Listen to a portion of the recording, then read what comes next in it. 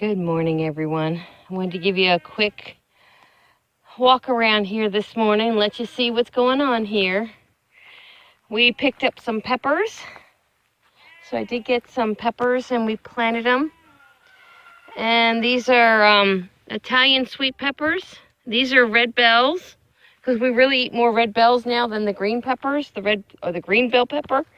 Then we got some tomatoes already started. And these are sweet banana peppers. We put them in, and as you can see, this is the last garden bed we built. And I decided it had just gotten too wide. I don't want to walk on here unless I absolutely have to. So I can work from that side in and this side in, so I don't have to walk in here. And I divided it out, so I actually literally dug all this dirt and flipped it, which is why you see so much hay on the top here. That's all going to break down in time. I'm not too worried about it. And then I also mulched the path. So it's a work in process. We put 3 T-posts up here. And that's so that we can do the Florida weave or a cattle panel to support the plants if they get tall enough that they need support. Why did I buy peppers and tomatoes? Because I'm having no luck. There's a couple sprouts, but they aren't developing. They aren't growing. Cucumbers are doing good. And I'm not sure what I planted there, but I think they're squash. They're up. But other than that, this has been in bell peppers for weeks, and you see there's nothing there. My kiwi did not come up. I was really suspicious because it didn't look good when I unpacked it. My rhubarb's doing good. My blueberry's doing good. And I even planted this garden. So this garden is good. I got some sprouts here. Swiss chard is up. Looks like somebody poured water or something in here. I'm going to have to find out what happened there. Jim did butcher a couple chickens yesterday, so he may have dumped something in there, which he shouldn't have. Ugh. Sometimes I get frustrated. People have no clue what I'm doing in my garden, you know? Once the seeds are in the ground, you can't disturb them with large volumes of water. It washes the seeds out. All right, chicken coop update. Life is super hectic right now for us, guys. I've started some new medicine to help with some female issues.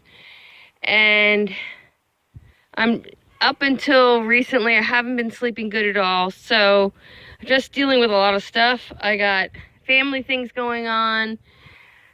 We got all kinds of crazy stuff going on. So even our projects have slowed down. But we did get pretty far with this chicken coop. And the nest boxes are in, the lid's on, and we got some latches on. We're going to put another latch there. We just picked that up the other day. Because of the length of it, we feel 3 latches are necessary. And we haven't worked on the broody box, which is what I'm going to call this area. This will be the broody box area. We haven't really worked on that yet. We have a game plan. As you can see, the wire is over the top. We did get our perch done. The perch is 6 foot long. Each one of these dowel rods are 6 foot. And here's the joy of it. Watch this. See if I can do this and hold my camera. Look, guys, I'm able to... Let me get in the middle here. You got to lift it from the middle. But you see that? I'm able to lift it up and drop it back down, which means I can clean out underneath the perch for easy maintenance. And it's all about, as we get older, we have to be able to maintain what we're doing here. And that means we have to simplify things in our lives. And this is definitely going to be a huge improvement. Right now, I'm feeding 5 different chicken areas. Once this is done, I'll feed 1. Again, simplifying. We're going to be just putting the chicken tractors away for now. And if we decide to do any more meat birds, that's what we'll do them in. What are you doing, Cody? Cody's over here. Come on, let's go see the girls. We got a lot going on with the goats. We have Oreo and Bella are due this week. They are actually due on the 22nd. So, there's Miss Ginger. Hi, Ginger. No, I'm sorry, that's Trilly. Trilly, what am I thinking? That's my Trilly girl. Trilly is doing good. She's almost completely dried off, which is our goal. Look out, girl. There she goes. They are definitely intimidated by the rest of the herd. The rest of the herd tends to be a little aggressive. And I got a lot of cranky mamas. Look at these two girls. Look how wide. Not only is Nala wide, but guys, look at this. Look how deep she is. She's down to her knees with her belly. Look at that. Crazy. We've been watching her closely because we weren't 100% sure when she was going to deliver. We do have a breeding date, which is, she should deliver the 27th of this month, which is March, but she was showing a lot of signs of going early. Now we're watching Miss Oreo. Oreo is doing just 3 days. Look how wide she is, guys. Oh my gosh. She is so wide. And her udder, last 3 days, her udder has changed every day. So she's definitely getting ready. Look at Miss Nosy. Hi, Simba. What are you doing? What are you doing, Simba? What are you doing? She's so funny. So, we have a fully developed udder on Nala. Nala's udder's starting to get a bit tight. Right? Right? Nala Bean. Nala Bean needs a lot of attention right now. So, you see I got flannel on. It's a little chilly here. Our warm front passed on, and we're back to more normal temperatures, I guess you could say. And look at that's Oreo's udder. Look how nice that's getting. Yep, she's definitely getting some udder development. I haven't seen anything else changing but the udder and bellies, of course. Bellies are getting big. Hi. Hi, sweetie. Hi, sweetie. Oh, my girl. My girl. Huh? My girl. And as you can see, Latte, her belly's getting a little bigger. I think Latte has the potential for twins again. Not 100% sure. I'm thinking this will be Oreo's first twin. And of course, she's definitely carrying twins. No doubt. Bella, we truly believe Bella is due the same day. And look how little she is. We think she's only got one baby, and that's fine. It's her first time. So I'd rather her have one and be comfortable than being overwhelmed with too many. And she's got a little udder developing, not much. So watching her closely as well. They're due the same day, guys. They were bred the same day, so we got the exact same due date here. And update on the new goats. We are making progress. It is slow progress, but I can tell you we are seeing differences in the goats now. Picasso here is getting really spunky and playful. Him and Simba seem to be playing together. And he actually will challenge the big toes now. He goes up on his hind legs and headbutts and plays and has fun. See our new hay system? Because we only have 2 goats and horns, and these are, I think, 6 by 6 inch squares. Even our horn goats, as you can see Bella's through, have no problem going in and out of this to get the hay. It has reduced the waste in hay hugely. And we're going to make this a little more sophisticated down the road when we have more breathing time. Look at this. What? What, baby girl? What? Say attention, attention. See, my hormones are raging. Say attention. She's such a good girl. Say, you're such a good girl. Now, let's talk about these 2 girls. Trilly is drying off nicely. It took a little while. Her body, and here's what I think is going on with her. Her body was so undernourished. She was skin and bone, and she still has a ways to go. She's a nibbler, by the way. Look, look. No! I don't encourage it, but I want to show you. She'll pull on my clothing, anything to get attention. And as you can see, her udder is... This is day 3 of no milking. Her udder is hanging nice and loose, which is a blessing, because I really want her dried off, because Nala's going to take over that position. Once she's dry and Nala delivers, we'll get a little bit of milk from Nala. We won't take much, because we really don't need much. And the difference here, now these 2 were very similar in body condition. She was a little worse, but similar. Look at the difference in size. Look at that. We think she's pregnant. If she's pregnant, she will be pregnant from a buck that is not on our property. So our game plan is, if she throws one buck and a doe, she tends to throw twins to triplets. We will keep her buck because he will be unrelated to everybody but Trilly and her, which means we can keep her buck to breed to everybody else. And I have to find out what buck she was bred to so that we know what genetics she's carrying. And I know it was a good buck, so I'm not concerned about that part at all, because there was only good bucks on the property that we got them from.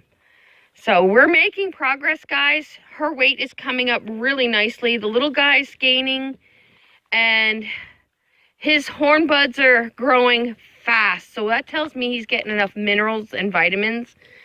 And that's kind of what our goal is right now, is to just get their body conditions up. I've never seen a goat that's under 2 years of age with creaky joints. And as a tall goat, and once her weight is on, I'm hoping the minerals will help her joints a bit, because her joints are very creaky, and I'm thinking it's from malnutrition from their prior owner, which is so sad. I just wish, if people can't do the research and they can't put the time in it takes to keep goats, that they would just not do it. That's where my heart is right now. And we see this, unfortunately, a lot down south here. I know there's great goat owners. Believe me, we've met them too. Where we got Bella and Nala. They're having an argument over there over the food. Bella and Nala. You see this? She never goes far from me. She's very needy in her pregnancy. But where we got those two, they came to us in excellent condition. They had a wonderful owner. And she just sold them because she had too much going on with a house full of children and 2 other herds of goats. So that's how we ended up with these 2. She was thinking of starting a 3rd herd of mini Nubians, but she only had these 2 girls. So, and now her focus is Nigerian dwarfs and full-size Nubians. So, but yeah, my girls, they're finishing up their breakfast. Look at this troublemaker, not far from her mama. Right, Simba? If I can sit here. So yeah, I'm a little nervous, and I'm so excited. I can't even tell you how excited I am to see our babies this year. It's been a long wait. 5 months is a long time. And yeah, look at this. Say, Mom, I think her horns are getting bigger. She's such a good girl. I keep remembering how she came to us. She just wasn't handled enough, and now look at her. She's Mama's sweet girl. Are you a sweet girl? Huh?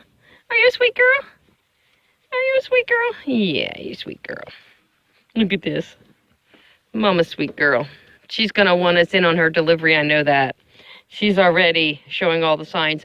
Oriole may go off and hide because her herd is bigger. So we're trying to stay on top of her.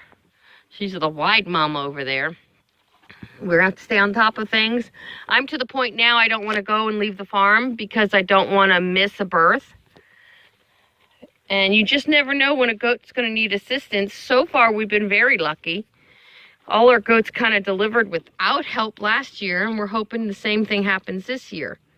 But it is chilly out, so I'd like to be here. So if we have to help dry off multiple births, like if Nala throws twins and she's busy with one and she delivers the second one, we can help get them dried off so they get warmed up faster. Now, we're not freezing temperatures. We're nowhere like it is up north. But the danger here is the dampness, and it's a wet environment, and that makes it super hard for keeping baby goats warm and dry unless it's a hot summer day. So, and here's the other thing. Now, Latte was our last bred goat. She's not due to April 1st. But look at that. Her udder's growing. Her baby bump's growing. She could go. I'm not thinking she'll go early, but she's definitely developing, which means she's getting ready. And that's the key when you're watching your goats. Watch for the signs they're getting ready. Having a full milk sac is a good indication they're getting ready. Never far. You're never far, little munchkin. Yeah, these guys are super sweet. Even this little buckling, he's very demanding for attention too. And every day I run my hands over his body. No biting, Trilly. She likes to nibble. And his backbone is still right there, but it's not sticking up like hers is. See, hers is really prominent. So it's a work in process.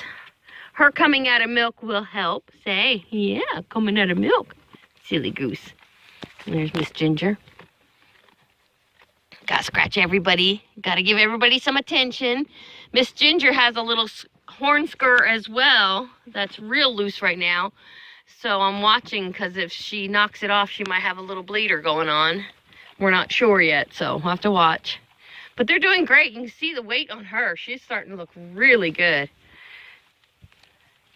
Her head's in the... They're all eating. And that's the thing. We're keeping hay in here just like you should 24 hours a day. We fill it before or after our dinner at night. We fill this. And then first thing in the morning we fill these hay bins. Then we fill the... we give them the peanut hay for breakfast. And these three, the new goats, are still getting a morning breakfast of grain as well.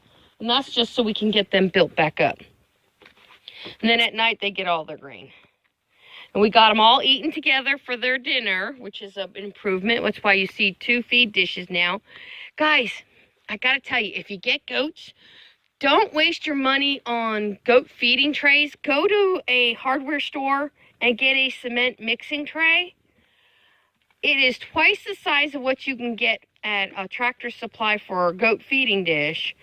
And it's twice as big. My herd is growing, so we were out at Lowe's, and I'm like, for whatever reason, we were in the aisle where the cement things were, and I'm like, oh, that's what I need. I grabbed it, threw it in the cart. This was less than $10 versus that, which I think was almost $30.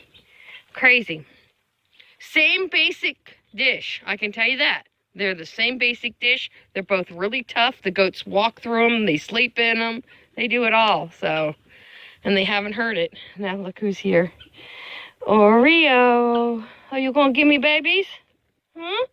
Are you going to give me babies, girl? My sweet mama's. She doesn't want me touching her rear. I've been trying to check her tendons. See what happens. She's like, nope, nope, nope. Don't touch. Don't touch. She's so silly. Off she goes. Every time I try and check her tendons, that's what she's doing. She does not want her rump touched. And heaven help me if I try and check her udder. But I don't have to physically touch it. She hates it. I can physically see that every day it's gotten bigger lately. So, all right, guys. Hope you liked the update. Don't forget to like, share, and subscribe. And have a blessed day. There's my herd. New babies.